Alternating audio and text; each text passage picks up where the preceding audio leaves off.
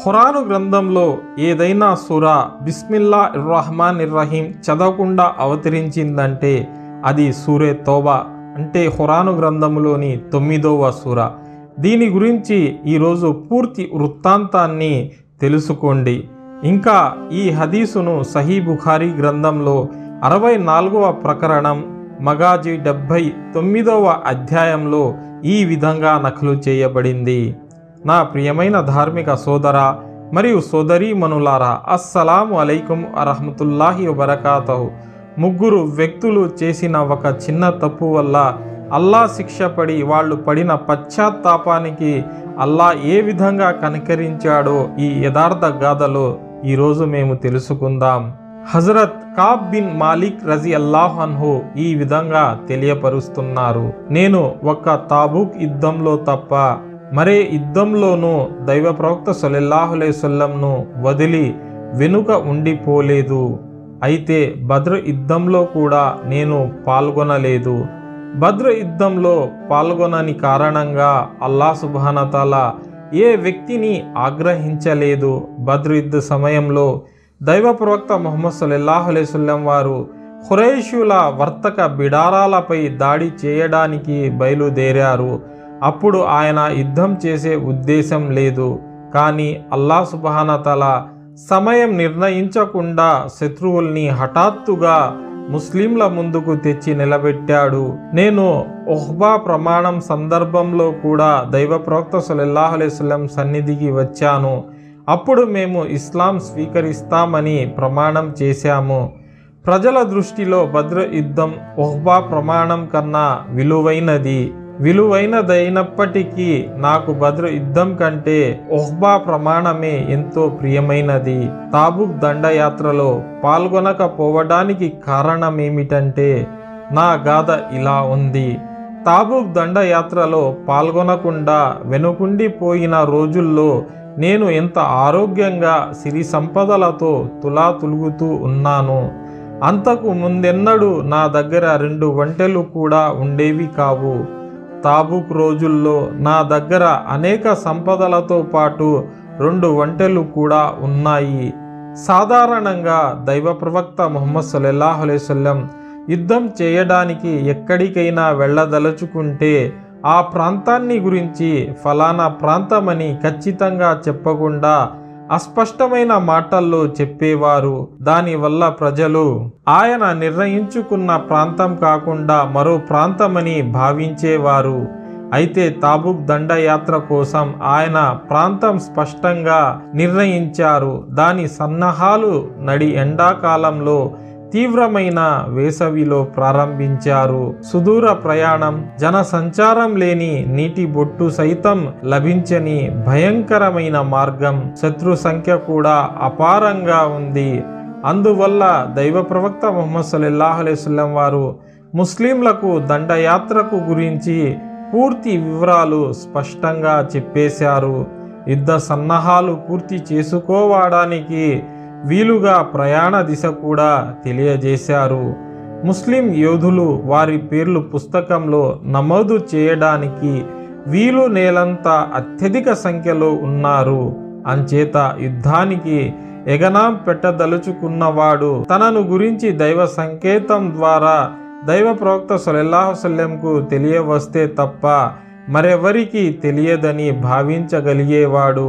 కానీ ముస్లిం యోధులెవరూ అలా చేయకుండా అమితోత్సాహంతో ఈ దండయాత్రకు సిద్ధమయ్యారు. ఈ యుద్ధం గురించి దైవ ప్రవక్త సల్లల్లాహు అలైహి వసల్లం నిర్ణయం తీసుకునేటప్పటికీ తోటలలో కాయలు పండి కోతకు వచ్చాయి. ప్రతి వ్యక్తి ఆ వేసవిలో నీడ పట్టన ఉండాలని కోరుకుంటాడు. అయితే దైవ ప్రవక్త సల్లల్లాహు అలైహి వసల్లం యుద్ధ సన్నాహాలు పూర్తి చేయడం వల్ల ఆయనతో పాటు ముస్లింలు కూడా ద్విగుణీకృత ఉత్సాహంతో యుద్ధ సన్నాహాలు పూర్తి చేసుకున్నారు. తోటి ముస్లింలతో పాటు నేను కూడా యుద్ధ సన్నాహాలు చేసుకుందామని భావించి ఉదయం తోటకు బయలుదేరేవాణ్ణి. కానీ సాయంత్రం తిరిగి వచ్చిన తర్వాత ఎలాంటి నిర్ణయం తీసుకోలేకపోయేవాణ్ణి. వ్యవధి ఇంకా ఉంది కదా, సన్నాహాలు పూర్తి చేసుకోవడానికి నాకెంతో సమయం పట్టదని మనసులో అనుకునేవాణ్ణి. ఈ విధంగా రోజులు గడిచిపోసాగాయి. చివరికి ప్రజలు ప్రయాణ సన్నాహాలు పూర్తి చేసుకొని ఓ రోజు ఉదయం దైవ ప్రవక్త సల్లల్లాహు అలైహి వసల్లంతో కలిసి బయలుదేరారు. నేనప్పటిదాకా ఎలాంటి సన్నాహాలు చేసుకోలేదు. దైవ ప్రవక్త సల్లల్లాహు అలైహి వసల్లం బయలుదేరిన 1-2 రోజుల తర్వాత సన్నాహాలు ముగించుకొని వేగంగా వెళ్ళి ఆయన్ని కలుసుకోగలను అని మనసులో భావించేవాణ్ణి. కానీ ఆయన వెళ్ళిపోయిన తరువాత కూడా పరిస్థితి అలాగే ఉండిపోయింది. సన్నాహాలు చేసుకుందామని తలచి ఉదయం బయలుదేరేవాణ్ణి, కానీ సాయంత్రం తిరిగి వచ్చి ఏమి చేయలేకపోయేవాణ్ణి. చూస్తూ ఉండగానే ఈ విధంగా మరికొన్ని రోజులు గడిచిపోయాయి. అటు ముస్లింలు చకచకా నడిచి చాలా దూరం వెళ్ళిపోయారు. నేనెలాగైనా బయలుదేరి వారిని కలుసుకుందామని మళ్ళీ భావించాను. అప్పుడైనా అలా చేసి ఉంటే బాగుండేది, కానీ నాకు ఆ అదృష్టం దక్కలేదు. దైవ ప్రవక్త ముహమ్మద్ సల్లల్లాహు అలైహి వసల్లం వెళ్ళిపోయిన తర్వాత నేను మదీనా పట్టణంలో తిరిగి చూస్తే నాకు కపట విశ్వాసులు, వృద్ధులు, బలహీనులు, పిల్లలు మాత్రమే వీధుల్లో కనిపించేవారు. దాంతో నాకు దుఃఖం ఉబికి వచ్చేది. అటు దైవ ప్రవక్త సల్లల్లాహు అలైహి వసల్లం కూడా తాబుక్ చేరుకునే దాకా నా గురించి పట్టించుకోలేదు. తర్వాత ఓసారి ఆయన తమ అనుచరుల మధ్య కూర్చొని కాబ్ బిన్ మాలిక్ రజియల్లాహు అన్హు ఏడి రాలేదా అని అడిగారు. బనీ సల్మా తెగకు చెందిన ఒకతను లేచి దైవ ప్రవక్త స్వస్థత మరియు సిరి సంపదల తెరలు అతన్ని రాకుండా ఆపేశాయి. ఆ తెరల అంచుల్ని చూసుకుంటూ అతను మురిసిపోతున్నాడు అని సమాధానం ఇచ్చాడు. హజరత్ ముఆజ్ బిన్ జబల్ రజియల్లాహు అన్హు ఈ మాట విని, నువ్వు చాలా అన్యాయంగా మాట్లాడుతున్నావు. దైవ ప్రవక్త ముహమ్మద్ సల్లల్లాహు అలైహి వసల్లం దైవ సాక్షిగా చెబుతున్నాను, కాబ్ బిన్ మాలిక్ రజియల్లాహు అన్హులో మాకు మంచితనం తప్ప మరేమీ కనిపించలేదు అని అన్నారు. ఈ మాటలు విని దైవ ప్రవక్త సల్లల్లాహు అలైహి వసల్లం మౌనంగా ఉండిపోయారు. ఆ తర్వాత ఓ రోజు నాకు దైవ ప్రవక్త సల్లల్లాహు అలైహి వసల్లం దండయాత్ర నుంచి తిరిగి వస్తున్నారని తెలిసింది. దాంతో నేను కంగారు పడిపోయాను, తీవ్రమైన ఆలోచనలో పడిపోయాను. కుంటి సాగులు వెతకడానికి ప్రయత్నించాను. దైవ ప్రవక్త సల్లల్లాహు అలైహి వసల్లం ఆగ్రహం నుండి తప్పించుకోవడానికి ఎలాంటి సాగులు చెబితే బాగుంటుందా అని పరి విధాల ఆలోచించాను. ఈ విషయంలో నేను నా సన్నిహితులు, బంధువుల్లోని మేధావుల్ని కూడా సంప్రదించాను. కానీ దైవ ప్రవక్త సల్లల్లాహు అలైహి వసల్లం మదీనాకు అతి సమీపంగా వచ్చారని తెలియగానే నా మనస్సులోని సాగులు, కల్లబుల్లి ఆలోచనలన్నీ పటాపంచలైపోయాయి. నేను అసత్యాలు, అభూత కల్పాలతో దైవ ప్రవక్త సల్లల్లాహు అలైహి వసల్లం ఆగ్రహం నుండి తప్పించుకోవడం సాధ్యం కాదని భావించాను. ఏది ఏమైనా ఉన్నది ఉన్నట్లుగా నిజమే చెప్పాలని గట్టిగా నిర్ణయించుకున్నాను. దైవ ప్రవక్త ముహమ్మద్ సల్లల్లాహు అలైహి వసల్లం ఓ రోజు ఉదయం వేళ పట్టణంలో ప్రవేశించారు. ఆయన సాధారణంగా ప్రయాణం నుండి తిరిగి వచ్చిన తరువాత ముందుగా మస్జిదుకు వెళ్ళి 2 రకాతులు నమాజు చేస్తారు. ఆ తర్వాత ప్రజలతో సమావేశం అవుతారు. దాని ప్రకారమే ఆయన ఆ రోజు నమాజు చేసిన తర్వాత ప్రజలతో సమావేశమయ్యారు. ఆయన్ని కలుసుకోవడానికి యుద్ధానికి వెళ్లకుండా ఉండిపోయిన వారు రావడం ప్రారంభించారు. వారు ఒట్లు వేసుకుని మరీ రకరకాల సాగులు చెప్పడం మొదలెట్టారు. అలా సాగులు చెప్పిన వాళ్ళు 80 మందికి పైగా ఉన్నారు. దైవ ప్రవక్త సల్లల్లాహు అలైహి వసల్లం వారు చెప్పిన సాగుల్ని ఒప్పుకున్నారు. కుంటి సాగులకు నిరాకరించలేదు. వారి చేత ప్రమాణం చేయించుకున్నారు. వారి మనోసంకల్ప సంగతి దేవునికి వదిలేసి వారి మన్నింపు కోసం దువా చేశారు. చివరికి నా వంతు కూడా వచ్చింది. నేను దైవ ప్రవక్త సల్లల్లాహు అలైహి వసల్లం ముందుకు వెళ్ళి ఆయనకు సలాం చేశాను. ఆయన నన్ను చూసి చిరునవ్వు చిందించారు. అందులో ఆగ్రహ చిహ్నాలు లేవు. ఆయన ఇటురా అన్నారు. నేను ఇంకాస్త ముందుకు వెళ్ళి ఆయనకెదురుగా కూర్చున్నాను. ఆయన నా వైపు చూస్తూ, నీవు యుద్ధానికి రాకుండా ఎందుకు వెనక ఉండిపోయావు? స్వారీ జంతువును కూడా కొన్నావు కదా అని అడిగారు. దానికి నేనిలా అన్నాను, అవును, అందులో ఎలాంటి సందేహం లేదు. నేను దైవ సాక్షిగా చెబుతున్నాను, మీ బదులు ఏ ప్రపంచిక నాయకుడి ముందు సమాధానం చెప్పవలసి వస్తే నేను తప్పకుండా ఏదో ఒక సాగు చెప్పి అతని ఆగ్రహం నుండి తప్పించుకోగలిగేవాణ్ణి. మాట్లాడడం, వాటికి హేతువులు చూపడం నాకు తెలుసు. కానీ ఈరోజు నేను మీ ముందు అబద్ధం చెప్పి మీ మెప్పు కూడా పొందగలిగితే ఆ తర్వాత త్వరలోనే దేవుడు మీకు వాస్తవం తెలియజేస్తాడు. అప్పుడు మీరు మళ్ళీ నా మీద ఆగ్రహం వెలిబుచ్చుతారు. దానికి బదులు నేను ఉన్నది ఉన్నట్లుగా నిజం చెబితే మీకు నా మీద కోపం రావచ్చు. కానీ అల్లా మాత్రం నా బలహీనతను మన్నిస్తాడని నాకు ఆశ ఉంది. దైవ సాక్షిగా చెబుతున్నాను, నాకెలాంటి ఇబ్బందులు, ఆటంకాలు లేవు. పైగా నేను ఆర్థికంగా, ఆరోగ్యపరంగా ఇది వరకెన్నడూ లేనంత సుఖంగా, దృఢంగా ఉన్నాను. అయినప్పటికీ నేను యుద్ధానికి బయలుదేరకుండా సోమరితనం వహించి పెద్ద తప్పు చేశాను. దైవ ప్రవక్త సల్లల్లాహు అలైహి వసల్లం నా సమాధానం విని ఇతను చెప్పింది నిజమే అని అన్నారు. తర్వాత నా వైపుకు తిరిగి, సరే వెళ్ళు, నీ విషయంలో అల్లా ఏదైనా ఆజ్ఞ పంపే వరకు వేచి చూడు అని అన్నారు. నేను లేచి అక్కడి నుంచి వెళ్తుంటే బనీ సల్మా తెగ వాళ్ళు కొందరు నా వెనుకాల వచ్చి ఇలా అన్నారు, నీవు ఈనాటి వరకు ఏదైనా పాపం చేసినట్లు మేము చూడలేదు. అలాంటప్పుడు వెనుకుండిపోయిన వారు చెప్పినట్లు నువ్వు కూడా దైవ ప్రవక్త సల్లల్లాహు అలైహి వసల్లంకు ఏదో ఒక సాగు ఎందుకు చెప్పలేదు? నీవు చేసిన ఈ పొరపాటుకు దైవ ప్రవక్త సల్లల్లాహు అలైహి వసల్లం చేసే మన్నింపు ప్రార్థన సరిపోదా? దైవ సాక్షి, వాళ్ళు నన్ను ఎంతగానో నిందించారు. వారి నిందలకు తట్టుకోలేక నేనొక సందర్భంలో మళ్ళీ దైవ ప్రవక్త సల్లల్లాహు అలైహి వసల్లం దగ్గరికి వెళ్ళి, నేను మీకు చెప్పినదంతా అబద్ధమని ఏదైనా సాగు చూపించి చెబుదామని కూడా భావించాను.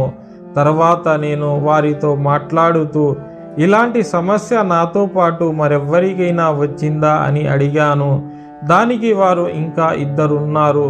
నీవు చెప్పినట్లే వారు నిజం చెప్పారు. దైవ ప్రవక్త సల్లల్లాహు అలైహి వసల్లం నుంచి నీకు లభించినటువంటి సమాధానమే వారికి కూడా లభించింది అని అన్నారు.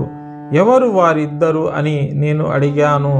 ఒకతను మురారా బిన్ రబీల్ అమ్రీ రజియల్లాహు అన్హు, రెండవ అతను హిలాల్ బిన్ ఉమయ్య వాఖీఫీ రజియల్లాహు అన్హు అన్నారు. వారు ప్రస్తావించిన ఇద్దరు వ్యక్తులు బద్ర్ యుద్ధంలో పాల్గొన్నారు. చాలా మంచివాళ్ళు. అందువల్ల ఈ వ్యవహారం నేను వారితో పాటు చేరి ఉండటం నాకు తృప్తినిచ్చింది. అందుచేత నేను తిరిగి దైవ ప్రవక్త సల్లల్లాహు అలైహి వసల్లం దగ్గరికి వెళ్ళి సాగు చెబుదామనుకున్న ఉద్దేశాన్ని విరమించుకున్నాను. నేను వాళ్ళ చెర నుండి విడిపించుకొని ముందుకు సాగాను. వెనుకుండిపోయిన వారిలో మా ముగ్గురితో మాత్రమే ఎవరు మాట్లాడకూడదని దైవ ప్రవక్త సల్లల్లాహు అలైహి వసల్లం ప్రజలకు ఆదేశించారు. దాంతో జనం మాతో మాట్లాడకుండా దూరంగా మసులుకోసాగారు. మా ముగ్గురి విషయంలో వారు చాలా మారిపోయారు. వారి ధోరణి చూస్తుంటే నేను నా స్వస్థలం కాకుండా మరేదైనా కొత్త ప్రదేశంలో ఉన్నానా అనిపించింది నాకు. ఈ విధంగా మేము 50 రోజులు గడిపాము. నా సహచరులిద్దరూ ఈ పరిస్థితిని భరించలేక విసిగిపోయి బయటికి రాకుండా ఇంట్లోనే కూర్చొండిపోయారు. ఇంట్లో కూర్చొని రేయింబవళ్ళు కన్నీరు మున్నీరుగా దుఃఖించసాగారు. నేను వారిద్దరి కన్నా యువకుణ్ణి, బలవంతుణ్ణి. అందువల్ల నేను సంకోచించకుండా బయటికి వెళ్ళి తోటి ముస్లింలతో కలిసి నమాజు చేసేవాణ్ణి, వీధుల్లో తిరిగేవాణ్ణి. అయితే నాతో ఏ ఒక్కరూ మాట్లాడేవారు కాదు. దైవ ప్రవక్త సల్లల్లాహు అలైహి వసల్లం నమాజు ముగిసిన తర్వాత ప్రజలతో సమావేశమయ్యేటప్పుడు నేను ఆయన సన్నిధికి కూడా వెళ్ళేవాణ్ణి. నేను ఆయనకు సలాం కూడా చేసేవాణ్ణి. దానికి ప్రతి సలాం ఆయన సల్లల్లాహు అలైహి వసల్లం పెదవుల్లో ఏదైనా కదలిక కనిపిస్తుందేమోనని ఎదురు చూసేవాణ్ణి. ఆయనకు దగ్గరగా నిలబడి నమాజు చేస్తూ ఓరకంటితో ఆయన వైపు చూసేవాణ్ణి. నేను ఎటూ చూడకుండా నమాజుపై దృష్టి కేంద్రీకరించినప్పుడు ఆయన నా వైపు చూసేవారు. నేను ఆయన వైపు చూడగానే ఆయన నా నుండి దృష్టి మరల్చి వేరే వైపు చూసేవారు. ఈ విధంగా కొంతకాలం గడిచిపోయింది. రాను రాను మా పట్ల ప్రజల వైఖరి కఠినమైన జీవితం దుర్భారమైపోయింది. అందువల్ల నేను ఒక రోజు అబూ ఖతాదా రజియల్లాహు ఇంటికి ప్రహరీ గోడ దూకి లోపలికి వెళ్ళాను. అబూ ఖతాబా రజియల్లాహును నా పినతండ్రి కొడుకు, నా ప్రియమిత్రుడు కూడా. నేను అబూ ఖతాదా రజియల్లాహునుతో అల్లా మీద ప్రమాణం చేసి అడుగుతున్నాను, నాకు అల్లా మీద, దైవ ప్రవక్త సల్లల్లాహు అలైహి వసల్లం మీద అభిమానం లేదని నీవు భావిస్తున్నావా చెప్పు అని అడిగాను. దానికి అతను ఎలాంటి సమాధానం ఇవ్వలేదు. నేను అతన్ని మళ్ళీ అదే ప్రశ్న అడిగాను. అతను మళ్ళీ మౌనంగా ఉండిపోయాడు. నేను తిరిగి అదే ప్రశ్న అడిగాను. అప్పుడతను అల్లా ఆయన ప్రవక్త సల్లల్లాహు అలైహి వసల్లంకు బాగా తెలుసు అని అన్నాడు. ఈ మాట విని నాకు దుఃఖం పొర్లుకొచ్చింది. నేనిక చేసేది లేక తిరిగి గోడ దూకి బయటకి వచ్చాను. ఓ రోజు నేను మదీనా వీధుల్లో నడిచి వెళ్తుంటే సిరియా నుండి ధాన్యం అమ్ముకోవడానికి వచ్చిన ఒక రైతు కనిపించాడు. అతను నా గురించి కాబ్ బిన్ మాలిక్ రజియల్లాహును ఇల్లెక్కడా అని అడుగుతుంటే ప్రజలు నా వైపు సైగ చేసి చూపించారు. అతను నా దగ్గరకు వచ్చి గస్సాన్ రాజు పంపించిన ఒక లేఖ నా చేతికి అందించాడు. అందులో ఈ విధంగా ఉంది: మీ ప్రవక్త గారు మిమ్మల్ని చాలా బాధ పెడుతున్నట్లు నాకు తెలిసింది. మీరిలా అవమానం పాలయ్యి నాశనం కావడానికి అల్లా మిమ్మల్ని పుట్టించలేదు.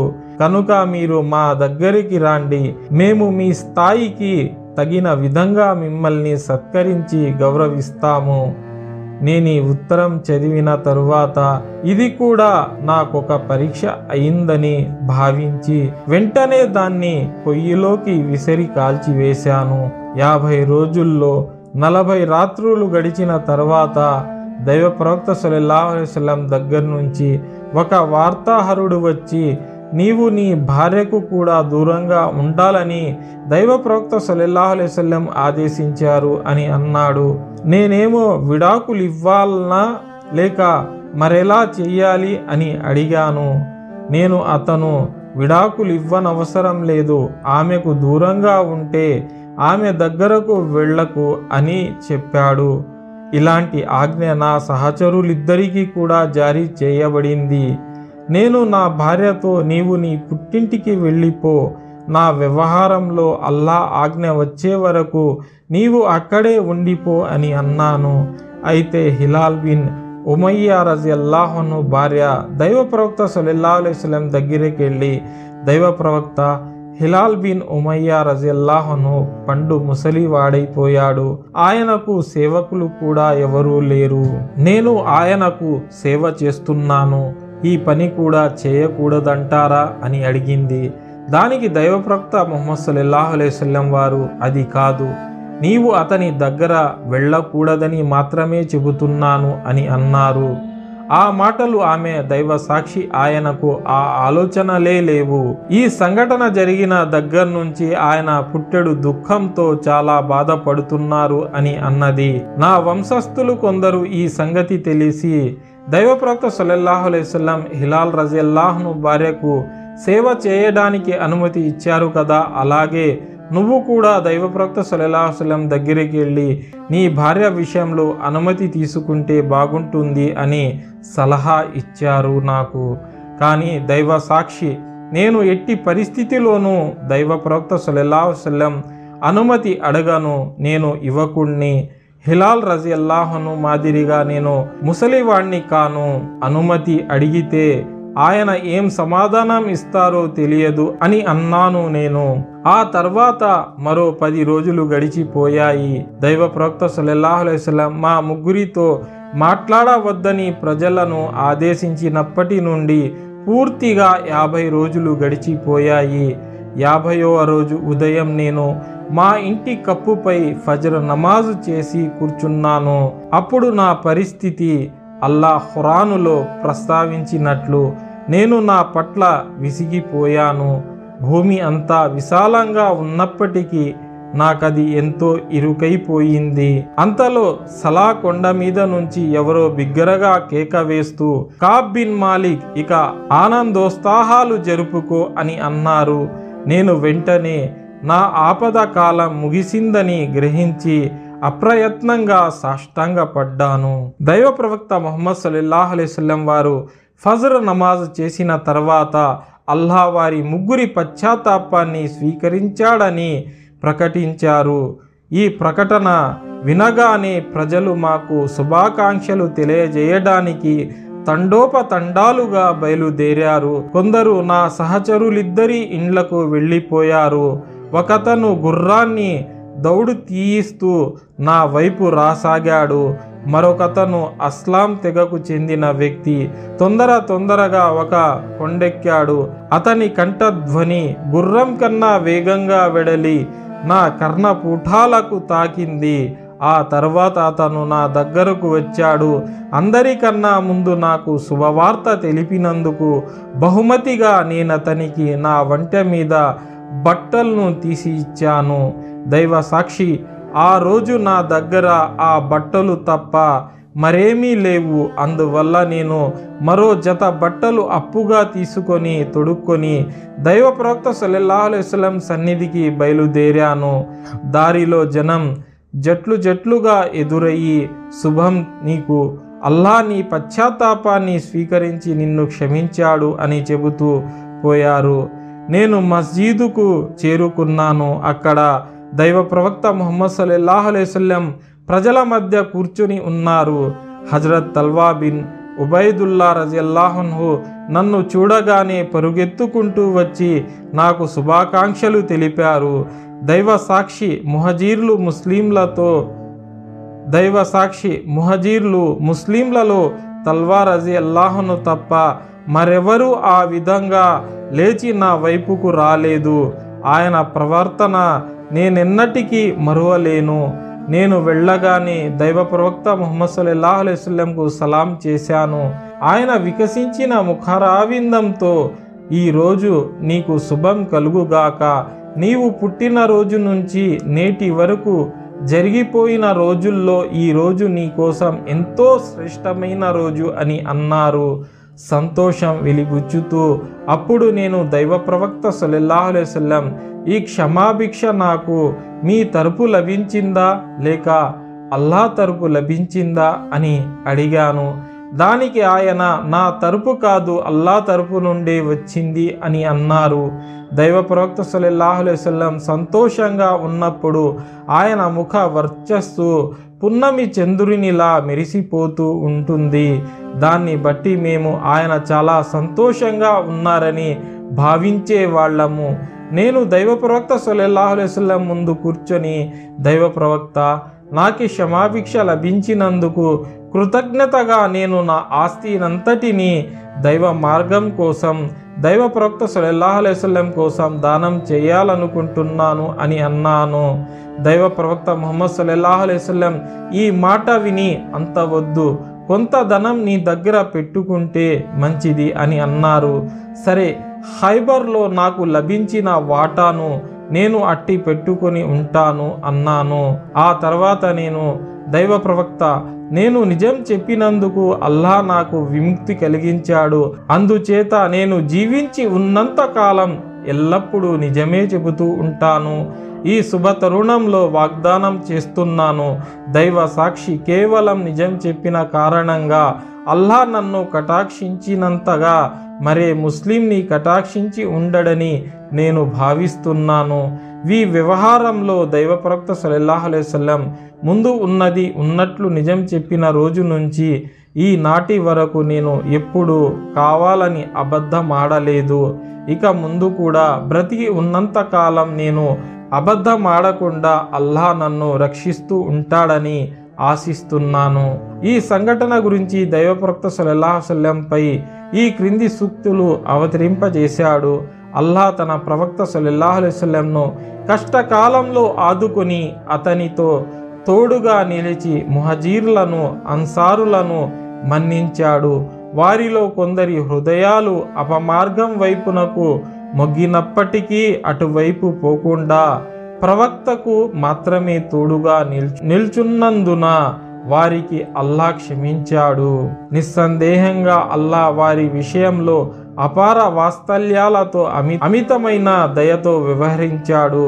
ఇక వ్యవహారం వాయిదా వేయబడిన ఆ ముగ్గురిని కూడా అల్లా క్షమించాడు. భూమి ఎంత విశాలంగా ఉన్నప్పటికీ అది వారికి చాలా విరుకైపోయింది. చివరికి వారి ప్రాణాలే వారికి భారమైపోయాయి. అల్లా పట్టు నుంచి తప్పించుకోవడానికి స్వయంగా ఆయన కారుణ్య వడి తప్ప ఎలాంటి ఆశ్రయం లేదని వారు తెలుసుకున్నారు. అప్పుడు అల్లా వారు తన వైపుకు మరలి వచ్చేందుకు దయతో వారి వైపు మరలాడు. నిస్సందేహంగా అల్లా గొప్ప క్షమాశీలి, అమిత దయామయుడు. కనుక విశ్వాసులారా, అల్లాకు భయపడండి, సత్యవంతులకు తోడ్పడండి అని ఖురాను గ్రంథములో 9వ సూర 117 నుండి 119 వాక్యాల వరకు అవతరించాయి.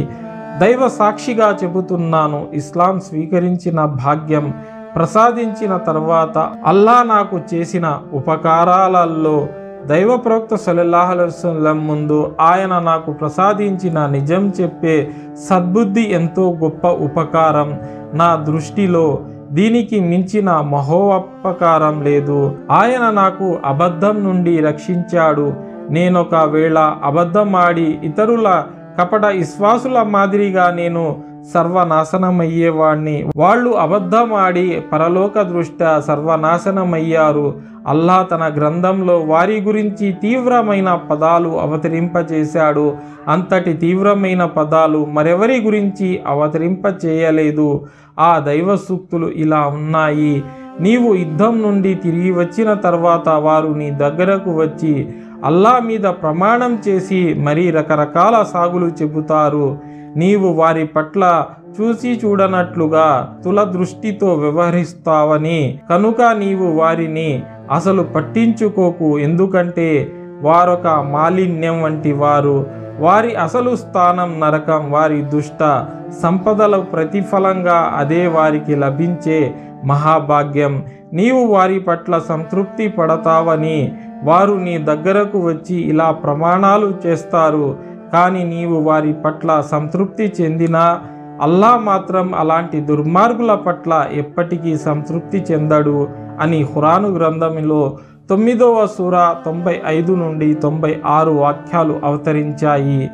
దైవ ప్రవక్త సల్లల్లాహు అలైహి వసల్లం మా ముగ్గురి వ్యవహారాన్ని వాయిదా వేసి అసత్య ప్రమాణాలతో సాగులు చెప్పిన వారి వ్యవహారాన్ని పరిష్కరించారు. వారి చేత ప్రమాణం చేయించి వారి పాప మన్నింపు కోసం దైవాన్ని ప్రార్థించారు. మా వ్యవహారాన్ని మాత్రం తాత్కాలికంగా నిలిపివేశారు. చివరికి మా వ్యవహారాలన్నీ అల్లా స్వయంగా పరిష్కరించాడు. ఆయన తన గ్రంథంలో ఇలా పేర్కొన్నాడు: వ్యవహారాలు వాయిదా వేయబడిన ఆ ముగ్గురిని కూడా అల్లా క్షమించాడు. ఈ సూక్తి కుల్లీఫు అనే పదానికి అర్థం వారు యుద్ధానికి బయలుదేరకుండా వెనుకుండిపోయేలా చేయబడ్డారు అని కాదు. వారిని తాత్కాలికంగా వదిలేయడం జరిగింది. వారి వ్యవహారం వాయిదా వేయబడింది. ప్రమాణం చేసి సాగులు చెప్పిన వారి కారణాలకు అంగీకరించడం జరిగిందని దీని అర్థం. నా ప్రియమైన సోదర మరియు సోదరీమణులారా, ఈ విధంగా సూరే తౌబాలో బిస్మిల్లాహిర్ రహమానిర్ రహీం లేకుండా సూరా అవతరించింది. అంటే అల్లాహ్ సుబ్హానహు వ తఆలా ఎంత క్షమాశీలుడో తెలియపరిచాడు.